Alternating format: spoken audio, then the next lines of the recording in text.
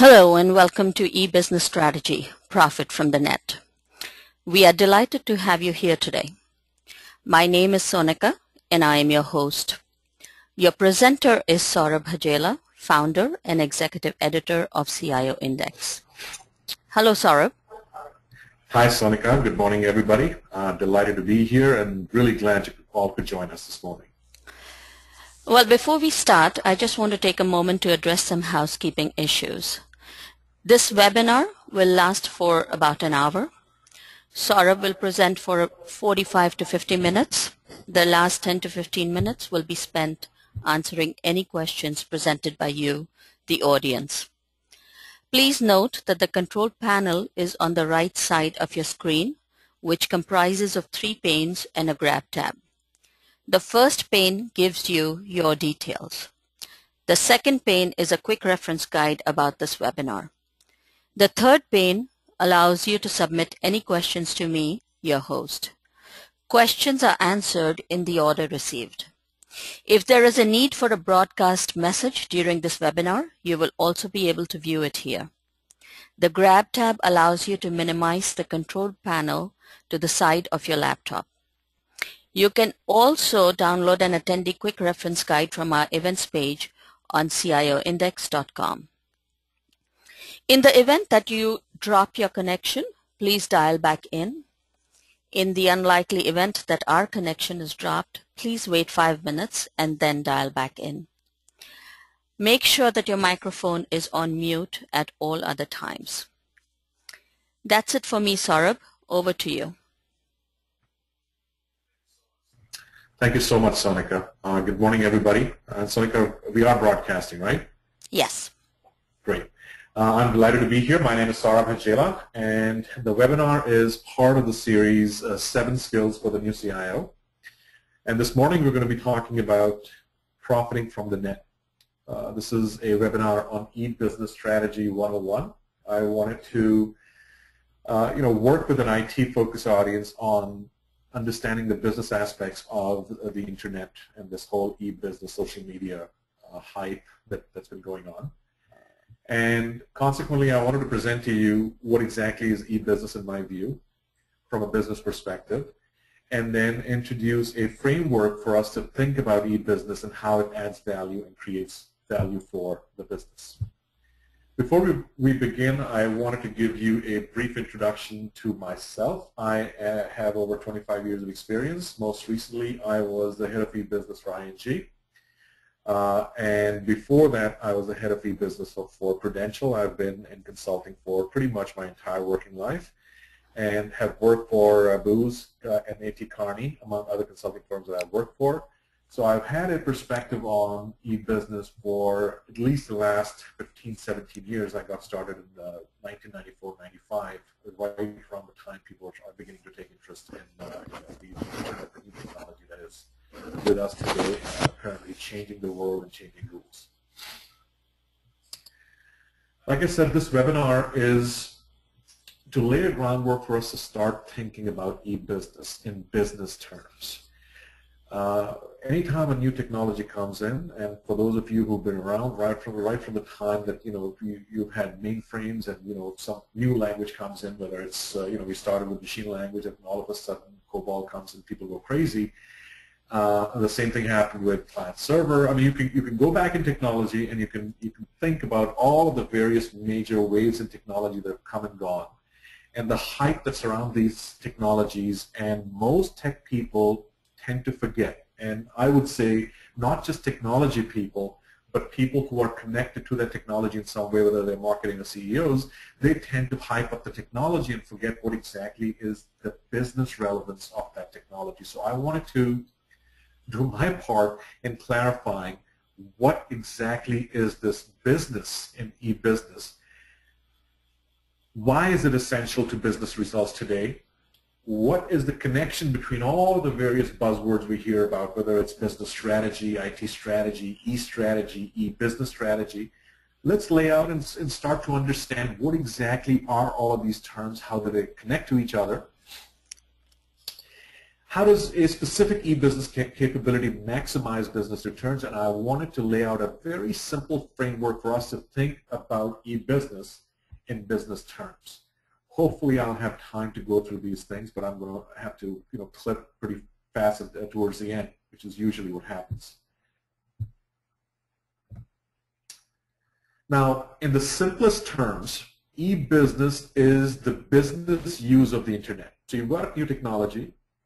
How do you use it to create some bucks? I mean, I'm just going to, for those of you who have been with me during the first 4 webcasts, understand that we've been talking about our journey from bits to bucks. And basically, how is it that we have technology that can create business value? So the way I look at e-business, it is the business use of this technology called the internet.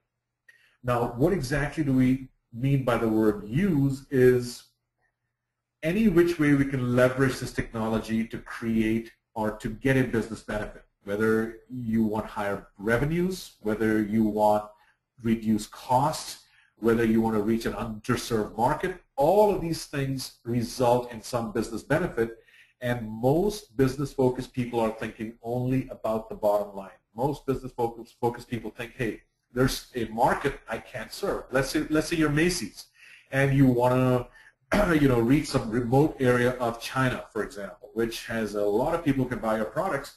Now you have an option of opening up a Macy's store at all of these remote locations, or you can have an internet presence that can sell to those people without really incurring all of the costs associated with opening and operating a store. And there are many, many more things than just the physical infrastructure associated. There's a whole bunch of logistics involved. There's a whole bunch of stuff that goes into running an operation and trying to reach a new market.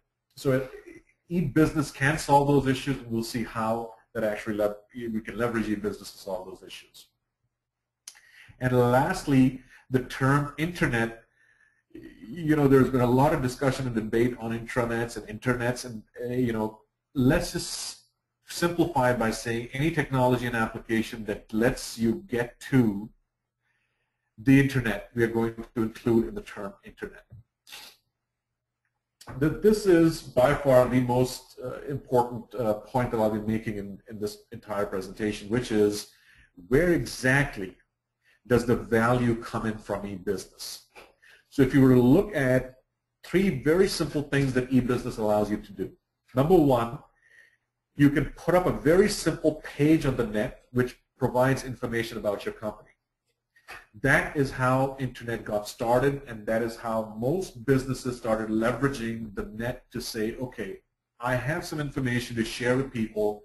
I'm going to put it up there, and this store, this online presence, this online brochure, to be more precise, is going to be on 24/7 and across the globe. So anybody sitting anywhere in the world can actually see my brochure, decide whether they want to interact with me. I have my phone number, I have my email, they can connect with me. That is how most businesses got online and created an online presence, which was basically nothing but a glorified brochure. The second wave of value creation, which was much more than just providing information, was transactions. Now you said, hey, instead of having people just read a brochure, why not have a capability where people can do stuff online? Simplest form of this doing stuff is having forms. Simpler but slightly more complicated is people now starting to fill out requests for information. People now starting to do a part of a process online, whether it's filling out an online form to get a service or a product or an inquiry.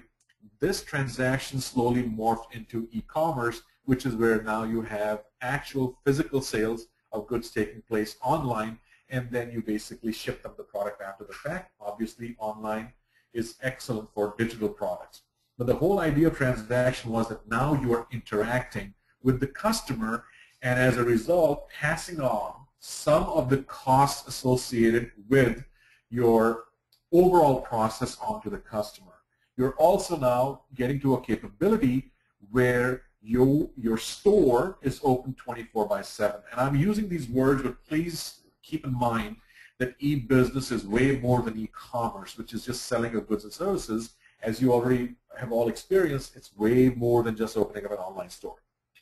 And finally, the third thing that has happened, and this has happened way more over the past few years, is this whole concept of community, which is now people are not just customers who are transactional in the nature of their interaction with you, which is you have a product, you interact with the customer, whether they fill out a form or whether they buy the product, but now the customer has become a part of your ecosystem. Now the customer has actually become a part of your brand. In simpler terms, it is now you have repeat customers. So when I think of soda, I think of Coke. When I think of buying clothes, I think of Macy's. That association, that thing happens to most of us subconsciously, where we start to associate certain brands with our own identity, and these brands become a part of our lives, and we become a part of the ecosystem or life of that brand. The most important concept, the most value-producing concept in any space, not just the internet, is this whole concept of community. Now, you may have noticed in our own space, of course, CioIndex is an example of, trying to create an online community. But you may have noticed that right from IBM to Microsoft to everybody and their brother who is in this space, people are going crazy with this whole community concept. People are creating communities under their own brand. People are latching on to communities created by other people. People are doing all sorts of things to get into this thing called social media.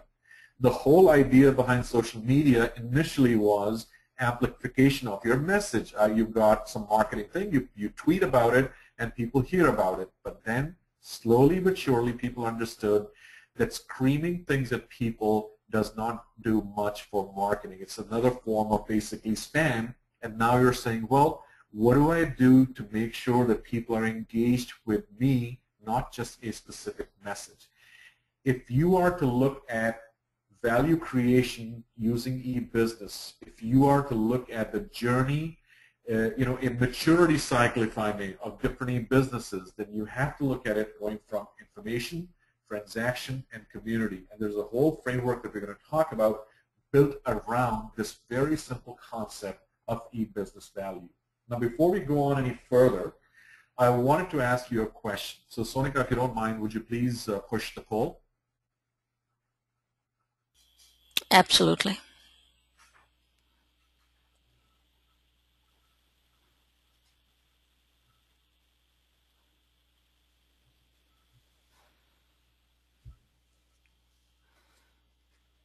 Please take a minute to respond to this poll. It gives me an idea of what you're thinking, and it helps me calibrate. So please take some time to fill it up.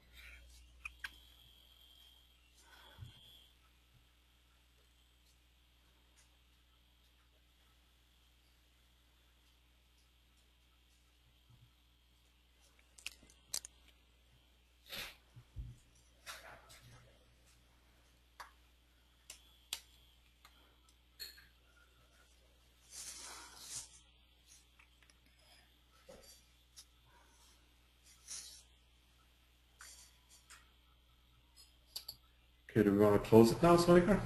Yes. Great, thank you.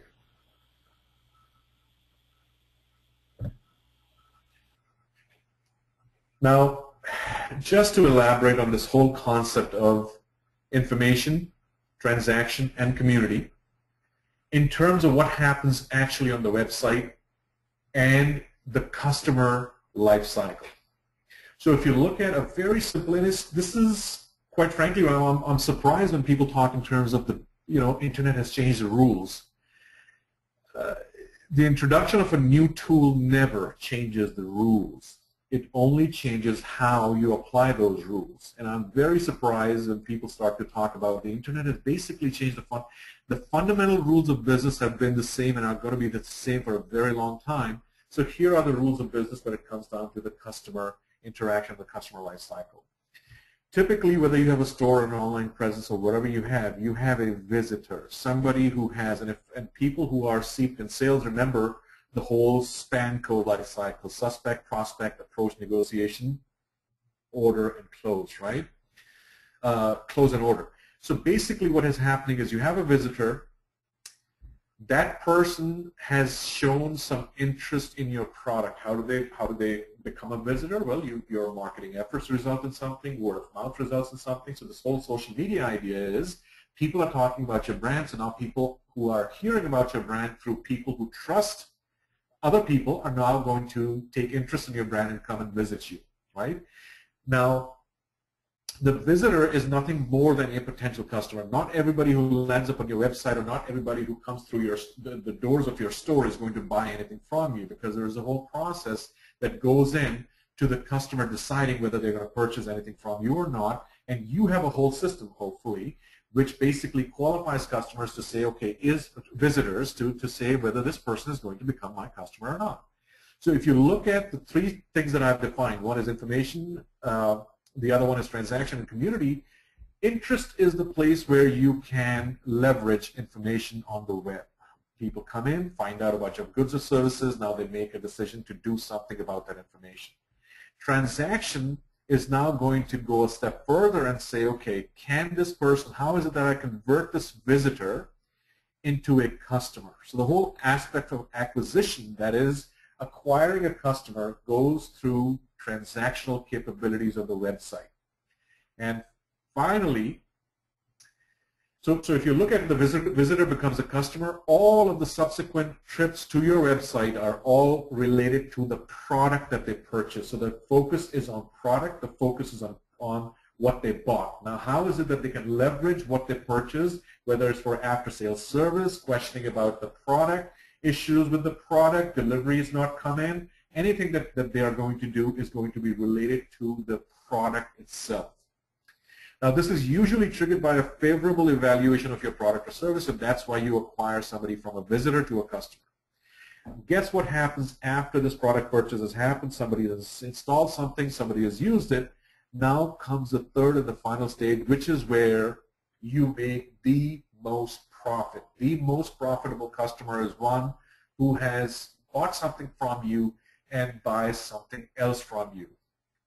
For those of you who are steeped in sales, again, you know cross-selling, upselling are huge things in sales, and that is basically gravy. Anything that a customer who has already purchased a product from you buys from you is giving you the most profit. So that is what retention is all about. That is why retention is the biggest thing in this business, because all of the hurdles that you have to overcome to create that positive vibe with your customer has been done. Now it's only a matter of continuing and you getting more and more and more larger share of the wallet from the customer. The customer becomes a repeat customer. Opportunity such as cross-selling, upselling comes in. Now the customer is no longer being coaxed or enticed by you. The customer is now an active proponent who's telling other people about you. The customer is actually seeking out other products from you. Think Apple. People who started buying a product from Apple never tend to leave Apple. They want to buy another product from Apple, and consequently Apple sits on $80 billion or whatever the number is these days of cash, because they manufacture something for $2 and continue to sell without much marketing cost that product for $300, $400, and consequently they have this profitability. Please keep in mind the customer life cycle as you think about these things, the business profitability, and what specific capability of online business allows this to happen. You may want to recall we spoke about IT capability, we spoke about business capability. In line with both those terms and those definitions and those concepts is this whole concept of e-capability. Sonika, if you don't mind, would you please push the poll results?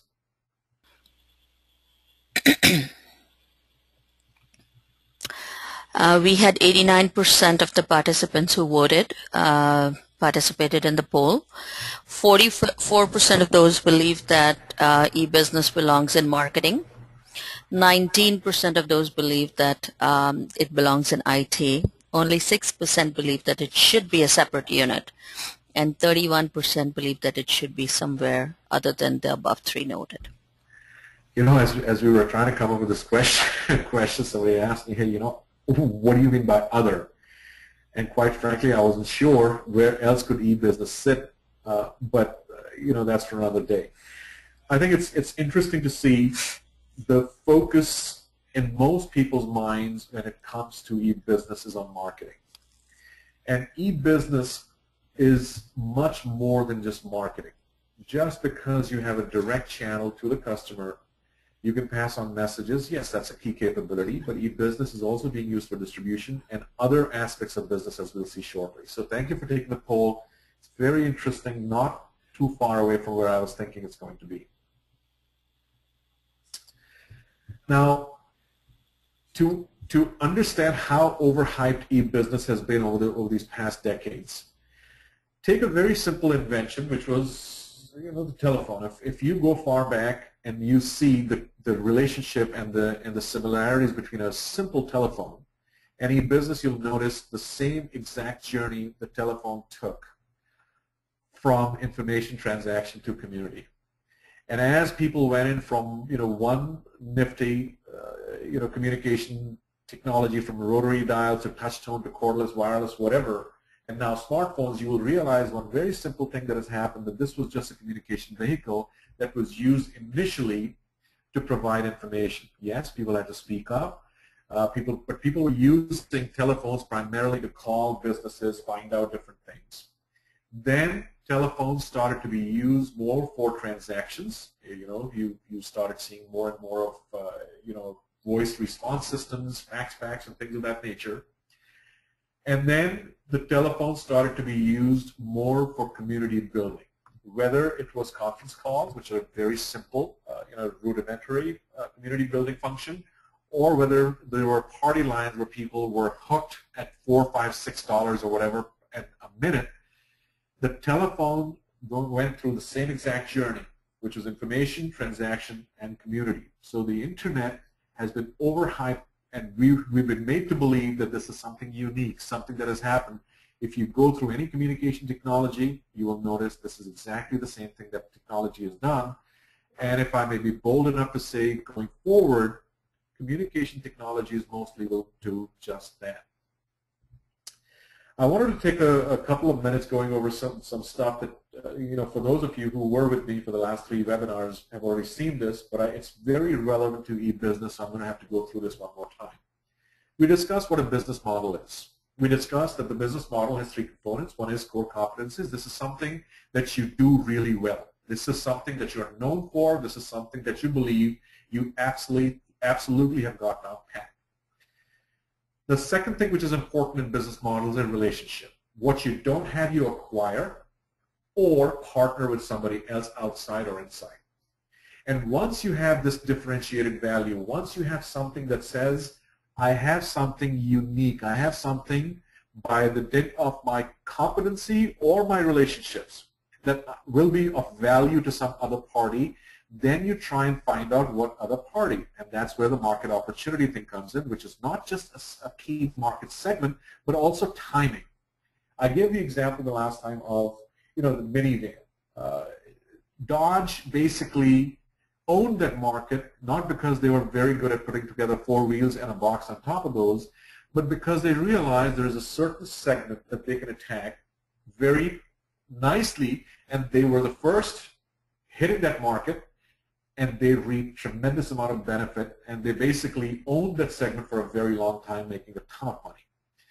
Now, a business model is not complete with just these 3 things, because unless there is value exchange, you really have got stored value. You have nothing that says to you that you've exchanged for something that you can use for other purposes, and consequently the whole concept of value exchange, which then results in shareholder value. This is a very simple definition of a business model. Now, where does eBusiness come into this? eBusiness fundamentally changes your entire business model. For people who think eBusiness is only about communication, they miss the point. For people who think eBusiness is all about distribution, miss the point. For people who think eBusiness is all about marketing, miss the point. eBusiness is all about your business model. Either it's going to enable certain components of your business model, or it's going to fundamentally change your business model. You can actually think of 2 layers. One is your business model as it existed before eBusiness was introduced to the mix, and then the next layer, which is after you introduce eBusiness into this mix, what does your business model look like? We also spoke about levers of competitive advantage. Again, one of those levers now is your ability to reach people in their living rooms. As you are looking at these levers of competitive advantage, again, think of another layer on top of that. All of these levers can be enabled, enhanced, made faster, quicker using eBusiness. So now this picture changes for your business fundamentally. Your levers of competitive advantage can be turbocharged. Your levers of competitive advantage or differentiation can actually change. You can fundamentally alter the way you conduct business because of eBusiness. Just simple technology that can actually allow you, and again, please notice the fundamentals of business haven't changed. How you apply them has changed because you have a new tool. You can make it faster, quicker, but nothing has fundamentally changed here.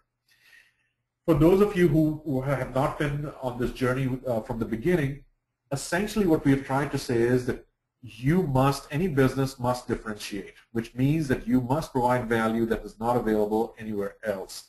And if you're not in a market where you can differentiate yourself, then the only things available to you to compete on is price. That means you're in a commodity market, everybody is the same, whoever has the lowest price wins, and that is where you start to either acquire, you start to gobble up your competitors, you try to run them out of market, or you start to compete on some other lever, for example, service.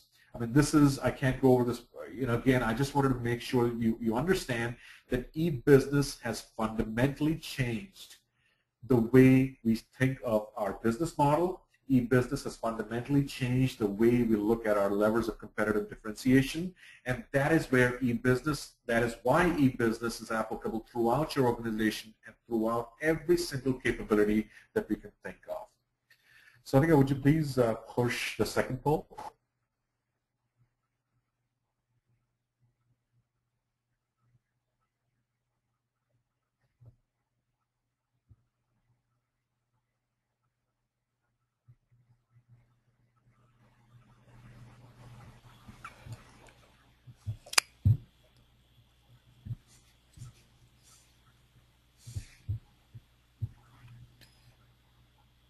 Let's take a minute to respond to this poll, please.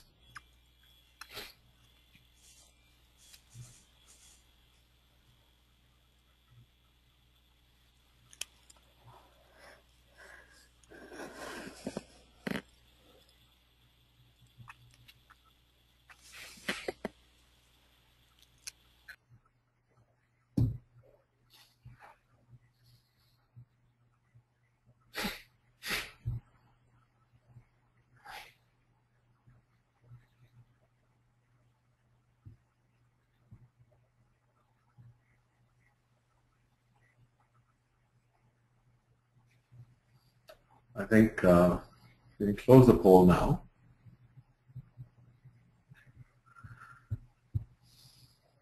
All right, folks. Another way of looking at eBusiness and its impact on the entire business. Your business model, your business processes, your fundamental business capability, your IT capability, every single thing can and usually is affected by eBusiness, and consequently thinking of eBusiness only as marketing or distribution of one leg of that stool is not going to work. For those of you who attended previous webinars, this is a picture that is familiar to you. We're talking about the key processes and the key stakeholders in any organization. This picture is trying to make a point that says, look, eBusiness is not a website. When you are thinking of eBusiness, you must think of all of these various things, your key processes, whether it's sales and marketing. So now you see how a website is beyond just a sales and marketing tool. Whether it's make, which is how you build, construct products, or whether it's back-end processes such as human resources and financials. We also spoke about enablers. We spoke about a whole bunch of things. I've just tried to simplify this here by saying that all of your key stakeholders and their interactions affect your entire process set. Your innovation stream processes, your delivery stream processes, and your management and control processes. E-business is, again, think of a parallel plane that is above this plane where every single thing that you're doing is and can be affected by e-business.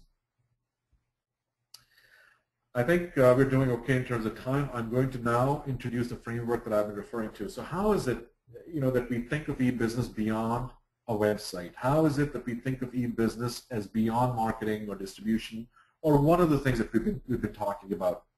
So this is your entire ecosystem of business. You have a value chain. Every business is part of that value chain. You create a business model that differentiates your company from somebody else. You have a business strategy that enables a business model, and then you have business processes that enable that business strategy. And we spoke about business capability. We're not going to go over it again. But essentially now we're going to talk about the one key area where e-business can be thought of as a set of technologies that enable business processes. Business processes that cut across the three different types: innovation, delivery, and management and control. Innovation stream processes, to recap, are those processes that allow you to create a concept, create a product from a concept.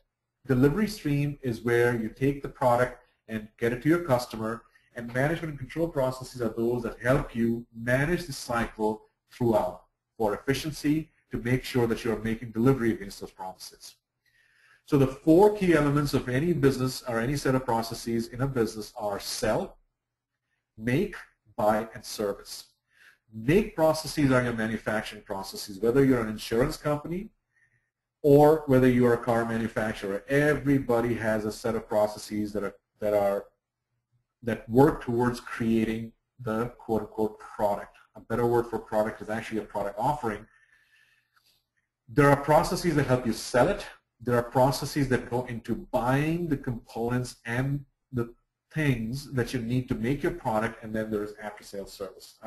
Admittedly, this is a very simple view of your business world, but one has to start with simplicity to understand the big picture and then can dive into the complexities of how is it that they become very specific to actions and decisions that you want to take.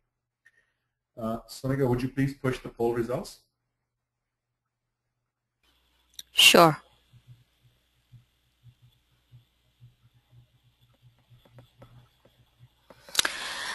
We had 81% of the participants who voted on this poll, and for the most part, 53% believe that social media strategy requires fundamentally rethinking a company's business model.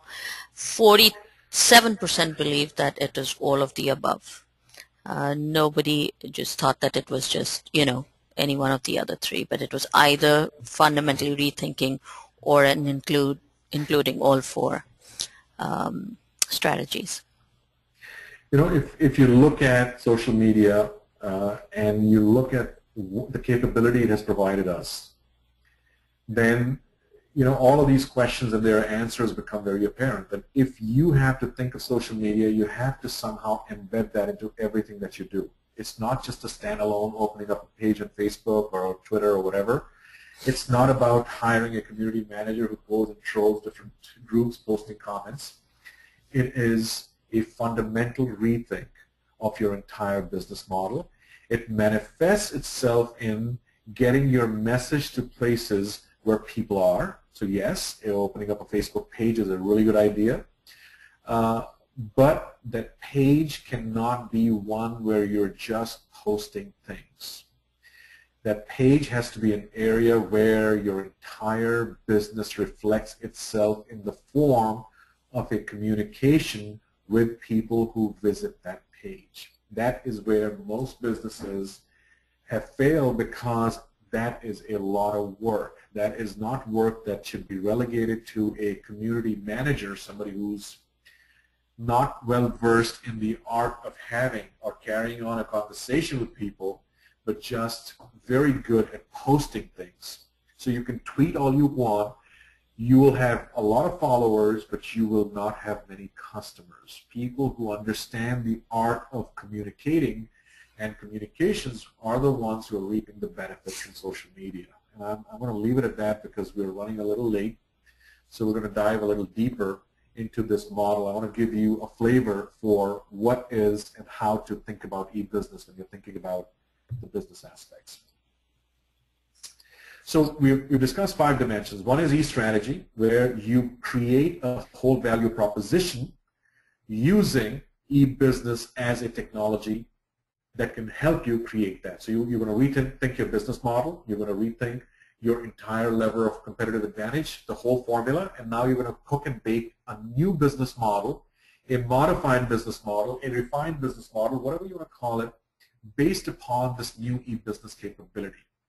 You're also going to now have, for example, a new distribution strategy because you now have a channel which is available to you online which wasn't available before.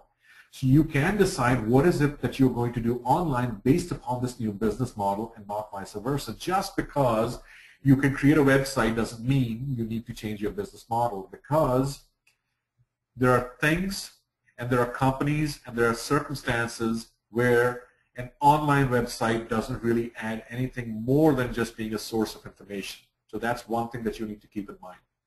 The second thing is, the second element of this capability is e-sell, sales and distribution related processes, which is how do you get your product to the customer. E-buy, which is your entire procurement processes. How is it that you're going to enable your interactions and relationships with a key stakeholder? You'll notice that all of these are aligned to one of your key stakeholders, whether it's your customer, whether it's your employee, whether it's your business partner / vendor. So these 5 elements together describe e-capability and its dimensions. Now this framework that I'm describing here, it's much more complicated than I'm letting on here because it has various dimensions underlying all of these various upper level dimensions. Each one of these has underlying subcomponents, subcategories. But whenever you cook and bake that, it tells you what you need to know about your e-business capability. For example, it'll tell you how focused are you on selling or using e-business to sell versus for servicing, and whether that is a good thing or a bad thing, because you need to know both these things. You can be putting a whole bunch of money into e-servicing and really not be reaping the benefits or advantages of using all of that investment going into e-servicing. There may be a situation where you ought to move that money from e-servicing to e-making. I mean, I'm just making this up, but the framework tells you how is it that you look at these capabilities and identify those areas where you ought to be investing more and investing less. E-strategy, I'm going to define very quickly all of the 5 dimensions and what lies underneath. E-strategy is also measured along 5 dimensions. You've got a business model. What is your value proposition? What are your levers of competitive advantage? Channel. What is your distribution by product, by market, by purpose, by the specific audience? It also measures the nature and purpose of your partnerships. It also factors in your overall distribution strategy on the net. You use a single URL, you use multiple URLs, your entire URL strategy is built into and baked into your e-strategy. And then, of course, it measures the extent to which you are leveraging and building communities. And, unfortunately, I don't have the time to go through all of these elements here, but that basically gives you a flavor for what lies into measuring your e-capability dimension of e-strategy. E-sell, which is, all of the processes connected to selling products online, measures, are you providing information about your product? Are you providing key sales contacts? What is it that you're actually doing and why is it that you're doing it? Are you building in features that compel your customers to become a part of your community? So this will be a very sales-focused community. Then the transactional elements. Do you provide quotations? Do you provide advice? Do you sell? Do you communicate other things? I mean, if you go back to your information, transaction and community model, all of these dimensions will tell you in this specific realm, in e-selling, How much are you leveraging each of those, and why are you doing it, and whether that's a good thing or a bad thing. Similarly, under eMake, you have dimensions that go into the information, transaction, and community aspects of eMake. So you'll notice, for example, the communications aspect is product customization. The transactional aspect are product customization. Or do you allow people to have it their own way, like Burger King says? You can tailor the product. I mean, I don't know how many of you have seen this website where you can actually, measure and provide, precise measurements for your jeans, and they deliver the jeans made to order to your specifications. I mean, those kinds of capabilities also exist, and those are inherent in eMake. Now, would you have that capability or not depends upon your business model. That's not just because you can make it that you should create that capability. eBuy, again, how do you interact with your vendors/partners? Again, the process can extend the boundaries of your organization. Again, the process can go through information, transaction, or community. And again, all of the elements of those go into building an eBuy capability, and they tell you the three things that you want to know. What am I doing in this space? Why am I doing it? Does it make sense?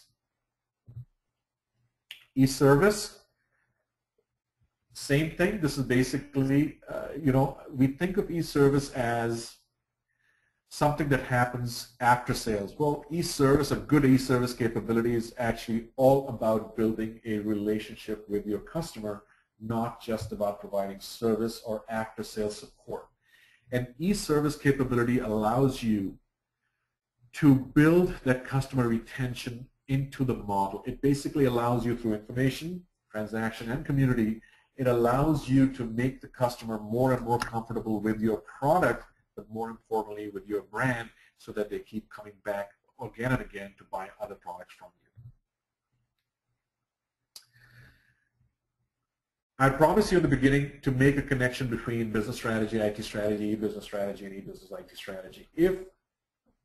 Let's acknowledge one thing: there's only just one customer, and I don't mean you are tagging only one segment. You could be addressing multiple segments, but in the end, you have a customer. Your business strategy is all about how do I enable a business model to give this customer a product or service which has some value to them, and in turn get something, for example, dollars. I mean, there are many different ways of value exchange, but the most common one is, give me bucks, here's a product.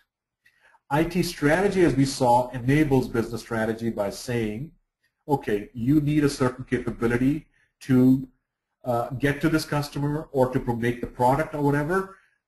Information technology is providing you with the tools to do that. Now, if you were to draw a line vertically between these two and say a similar plane exists for e-business strategy and e-business IT strategy, you could merge the top two boxes and you could merge the bottom two boxes, or you can let them be separate. If you want to have a multi-channel strategy, you could have those four boxes separately.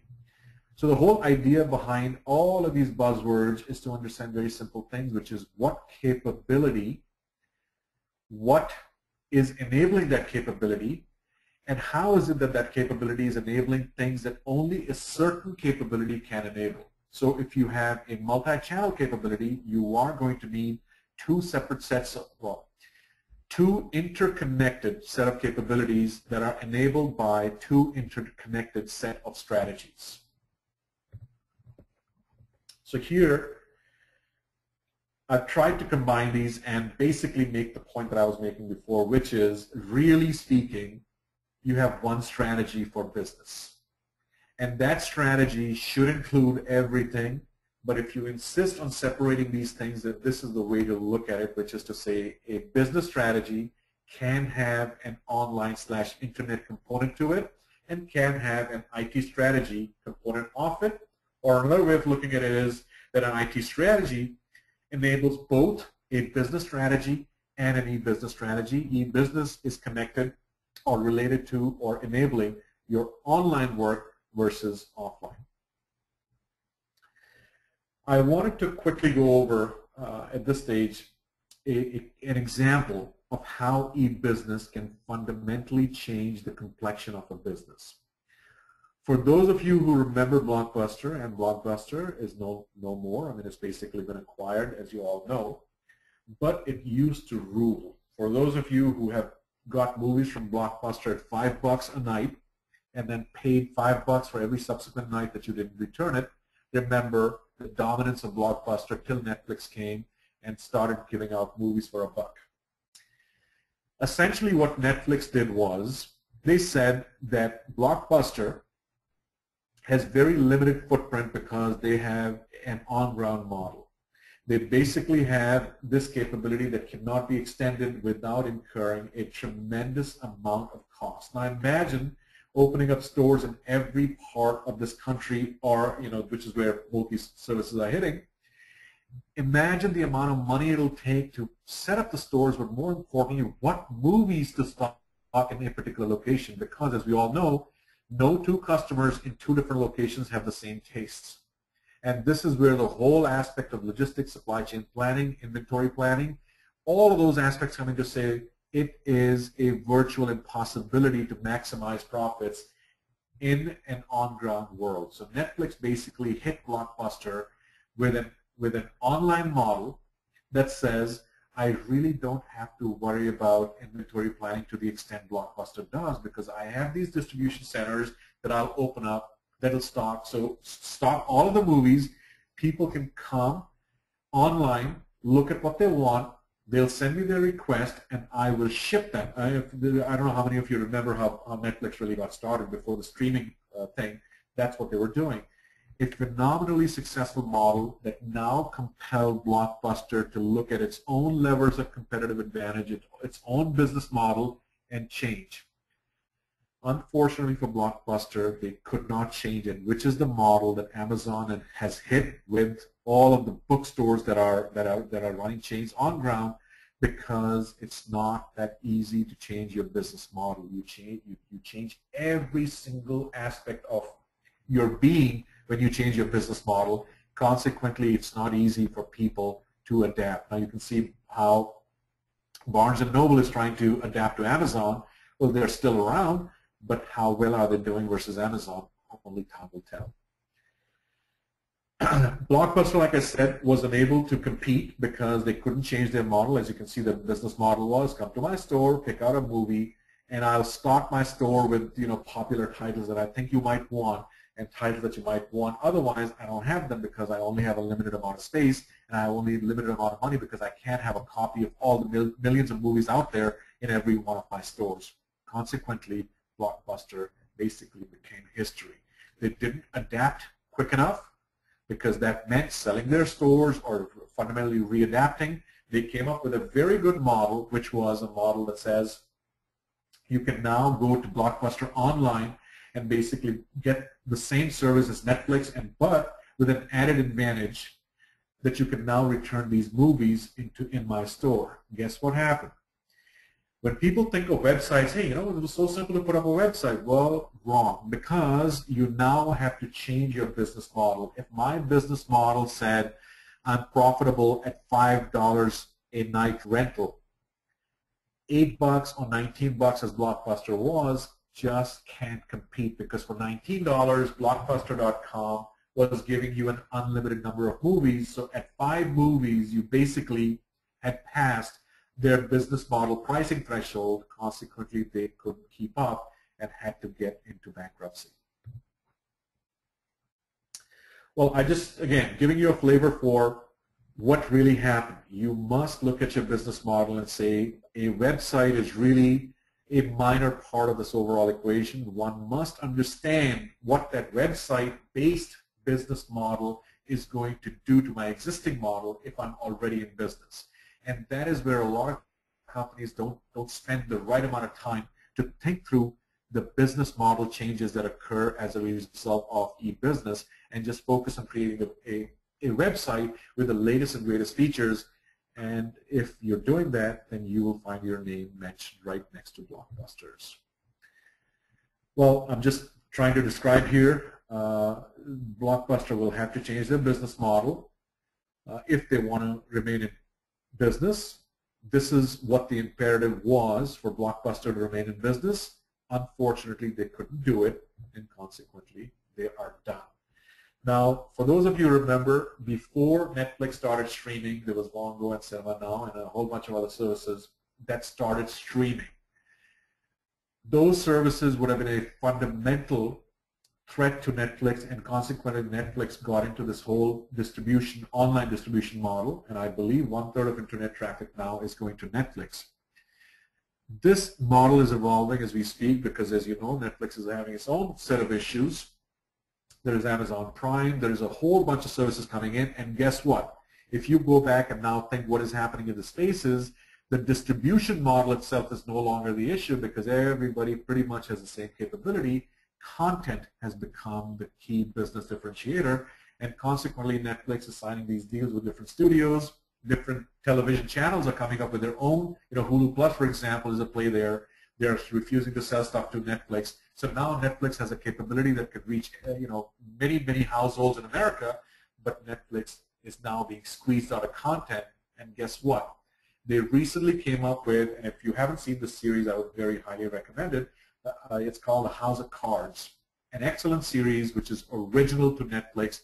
And guess what? Amazon is now creating its own series for Amazon Prime with a little twist where they say we only will renew if the customers come back and give positive reviews. For those of you who haven't read up on that, you should read it. But what I'm trying to say is focus on the business model, focus on the levers of competitive advantage, and then see how you enable that with e-business, because if you don't, then you're going to miss these simple things to say, either on the left saying, oh, fundamental rules of business have changed, or on the right, where you say, well, IT doesn't matter. So if you're doing either one of these, I would really highly encourage you to go through business model and business model related changes. I think I've overshot my time, Sonika. I apologize, but it's all yours now.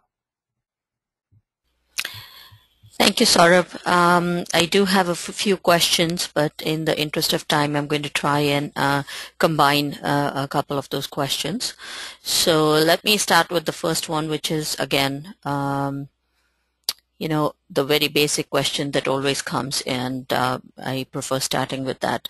You did cover a lot on e-business, but if you could just summarize in a couple of sentences, if possible, what exactly is e-business, because there are so many definitions, and the question I wanted to ask, what is yours? I think I've gone through my definition, which is any which way you can use the internet to create shareholder value. And my definition says that this is a process. It's iterative, that is, that you take multiple steps to where you want to get. It affects every aspect of your business, starting with your business model, and then go on the way to business strategy and processes. So any which way you can leverage the internet to create business value using that process, that is what I call e-business. Thank you, Sourabh. Our next question is on social media. The question is, how has social media changed the equation? You covered that, but if you could just elaborate. The questioner would like to know, how social media fundamentally changed e-business, or just business, or both. Social media has allowed an extension of the third aspect that I've mentioned, which is the community aspect. So now your website, which was providing information and transactional capability, has now been extended to everybody's living room through the really big watering holes such as LinkedIn, Facebook, Twitter. So now people hang out there to be with family, to build professional relationships, to do things that are of value to them. And social media has allowed you now to become a part of that conversation. Social media has allowed you to extend your website to these places where people can see it, interact with it, and now people see you not as a company with a website, but as somebody they can work with, they can talk to. So now you can interact, your brand can interact with these people. That's what social media has done for you. So in terms of fundamental change, well, I'm sorry to disappoint you, but there is no fundamental change in communication or conversation. You have to say something which people are going to want to hear. You're going to have be a person, a brand that knows how to talk to its customers. And that has been the same for ages. That hasn't changed. You now have a new tool that has turbocharged your ability to have that conversation. Another question that applies to the e-business principles was asked just now. What about B2B? May we apply the same e-business principles? Fundamentally, the same things apply in B2B or B2C space. And I hate to have this broad brush, but for the sake of brevity, I'm going to say fundamentally everything is the same because people are people. Businesses don't buy from other businesses. People in one business buy from people in another business. So all of these concepts that apply from B2B to B2C, all is not correct. But I would say most of what you do in both of these spaces is roughly the same because it's people interacting with people using technology. So there's no fundamental change that I can see. Well, I'll make some exceptions, for example, in efficiency and effectiveness. So when you introduce things such as exchanges, all of a sudden market inefficiencies are squeezed out and you have a much more efficient market. Are the rules of business changing? No. But are fundamental changes occurring because you have a much more efficient market? Absolutely. Now you're going to have to pay attention to factors you never paid attention to. If you were in business by dint of the lack of market awareness of other people's products, well, guess what? That is somewhat diminished. It's not completely off. If you think that you're going to start a new hardware company and compete with IBM, for example, and just because you're out there and just because you have this internet, good luck, because IBM still dominates by virtue of the fact that they have a ton of money to spend in this space. Fundamental rules of business haven't changed. All it means is you have a play, you have a chance greater than what you had before, but don't knock yourself out thinking that all of a sudden you will take on Goliath, because Goliath has many, many, many, many times more money than you do, and much more web presence that you could ever hope to have. Thank you, Sourabh. I'm going to combine two questions as one now, and that would be our last and final question, given that we are almost running out of time. What should an IT person know about social media, and what role should a CIO play in social media? I think the key message here is to understand the power of social media, not so much as the technology. The CIO must be a champion who articulates ways in which social media can benefit the business, and then show how and what technologies they can bring to bear to make that happen. What has happened in the past and what continues to happen is that IT people always approach this from interfaces and APIs and what standard I can apply, versus saying, look, here's a fundamental capability that can do XYZ for the business, and I can enable it using XYZ technology or standard or API or what have you. That is where the fundamental change has to occur, where the CIO now must drive this change and not be merely an enabler of that change, or worse, just the implementer, the head of technology who implements that technology. So drive it, own it. That's the way to approach this marketplace if you're a CIO or an IT person. Thank you so much, Sourabh, for that insightful presentation. And thank you all once again for attending. We hope you enjoyed the webinar. Your feedback is really appreciated as we continue to strive to improve upon what we deliver to our members. You may send your feedback to our webmaster. Our next webinar in the series, Enterprise Architecture Planning, is scheduled for April 10th. You can register for it at CioIndex.com. You will also find a list of our other upcoming webinars there. Thank you once again for joining us today. You may exit the webinar by simply clicking the X on your control panel or choosing File, then Exit. Thank you and have a great day.